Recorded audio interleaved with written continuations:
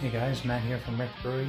Just doing a quick review of the Inkbird dual temperature controller that's new, that has just come out from Inkbird. Here's the box. It's the Inkbird ITC608T. Sorry, I'm trying to hold this camera and do this. Yeah, so what can I say about it? I'm going to go through a detailed review of it here. Just to kind of go through the menu of how I'm currently using it, but it is highly configurable. You can do many different things with it. You can control, a couple of different chambers. We can do the same chamber. You can do humidity. You can do a number of things with it. So stay tuned. We'll go through the menus just to show you how I'm using it. But there's a lot more applications to it beyond even that. I mean, this book is a pretty big book that it comes with. It's got pretty much every scenario that you can think of. It's got flow charts in there to say if you select this option, here's what other options become available. I'm not going to go through every single one of them in my review because that's not what I'm going to be using this for. But I just wanted to give back my feedback. Yeah, so stay tuned. All right, here you go, guys. This is the Inkbird new controller. I'm currently using it in my fermentation chamber.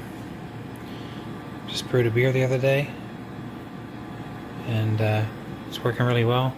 I'm only currently using the single probe configuration, but as you can see underneath here, it does have a spot for two. There are many different ways of configuring this, I've found. This is the way I'm using it currently for my fermentation chamber. But there's the other probe that it does come with. And it's currently on cooling, which is reflected by that green light on the bottom, until it comes down to the 69 degrees that I set it to. And there it goes. And as you can see, it has turned off my refrigerator. Now, it works both ways too. If I set this,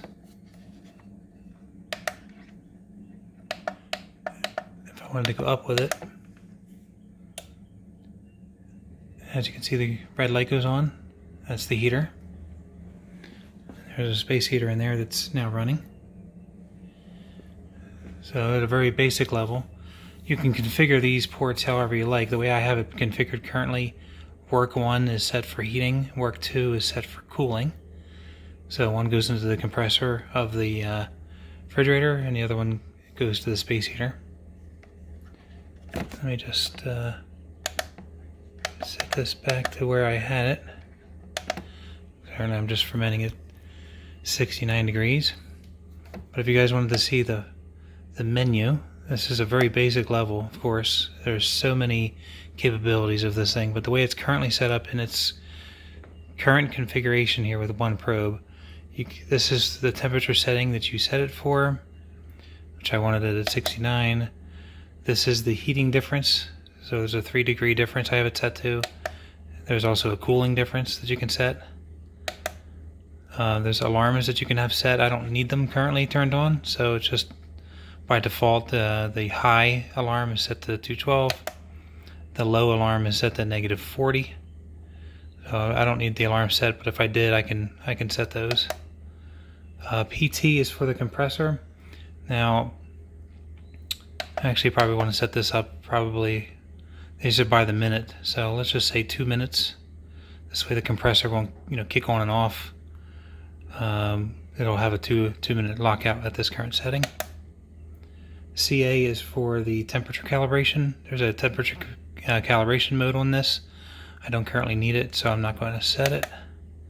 And then you can set it for Celsius or Fahrenheit. This is a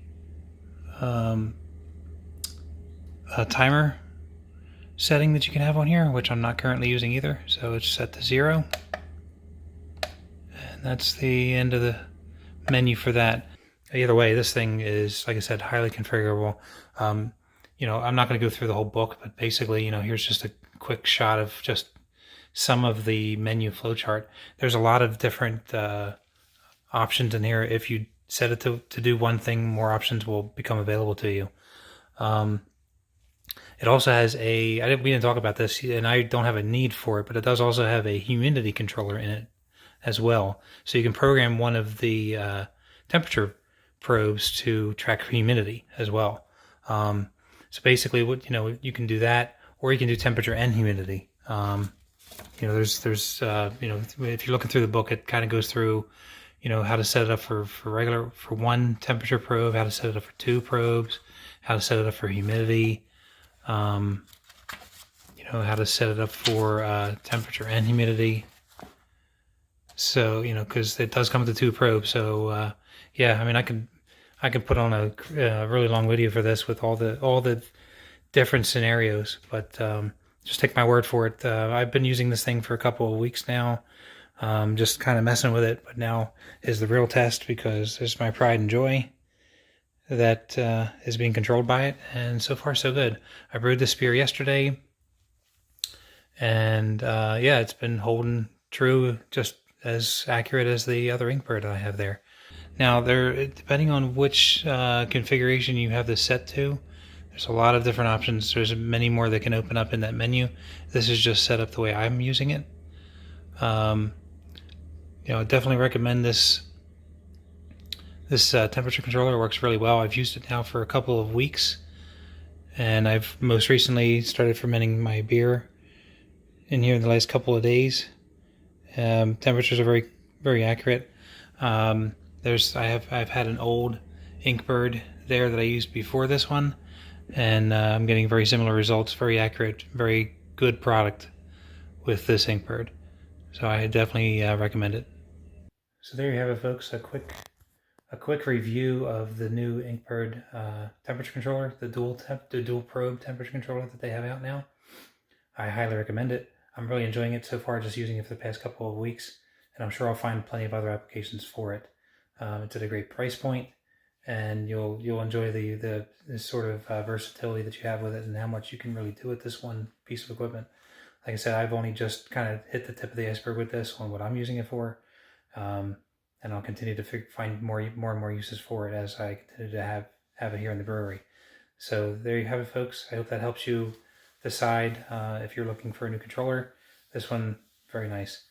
So until then, I'll see you guys in the next video. This is Matt from Rec Brewery, and I'll talk to you guys next time. Take care.